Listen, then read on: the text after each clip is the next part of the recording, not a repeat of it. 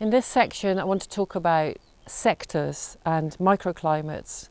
And sectors are one of the things that we identify as part of the stages of the design process in the survey. So looking at what the weather conditions, the particular weather conditions are for that site. And one thing we really need to know to be able to do that is the directions on a site. So it's really good to be able to identify north, in this case that's here, east is directly there, south is there, and west is behind me. And so by knowing the directions, I then also know the path of the sun. So we're imagining that this is the sun, and if that's directly east, it will come up in the middle of the year, it will come up there and it will go up and it will go down in the west behind me. And depending on where you are, this may differ. So some of you watching this will be slightly closer to the equator and some might be higher north. But just for the UK, on Midsummer Day it happens there, but in the middle of the summer it happens slightly more towards the north, and the path is slightly more up and it goes down towards the north of the west, so northwest. In the winter it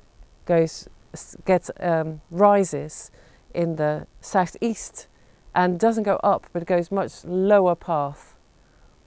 It's much more sideways, and it goes down again in the southwest. So it's a much shorter path. The sunlight in the winter is only that section, whereas in the summer it has a much longer section.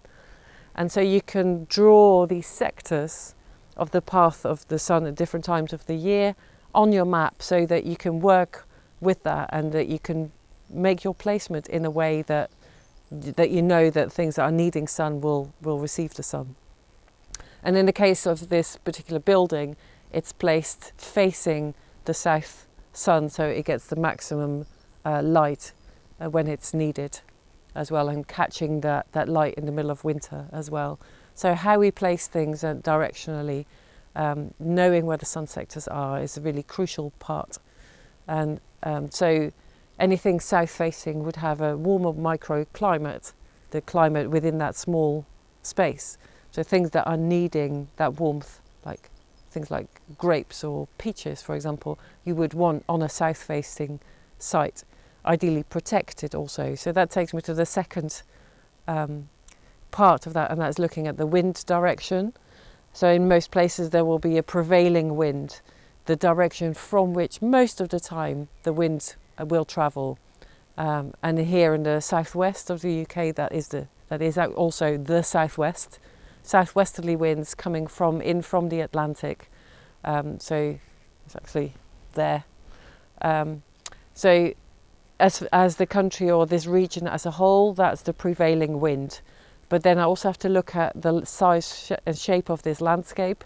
And because there's particular hillside and valleys on top of the wind coming in from that direction, it will actually also follow the contours of the land and come up the valley. So for this site, the prevailing wind is also a southerly coming up the valley in that way. So it will be channeled and guided by the landscape. So sectors are the things that influence external influences onto a site. So we're talking here wind and sun. You could also bring in the soil and the water movement. But we can think about other things that move through a site. So that might be things like noise coming in, also looking at where the view is for a particular site. It might be also a particular sector. Think of sector as a slice of cake. And other influence could be particular wild animals that have a path through. But in a social setting, you could think of sectors as other things that may influence a project.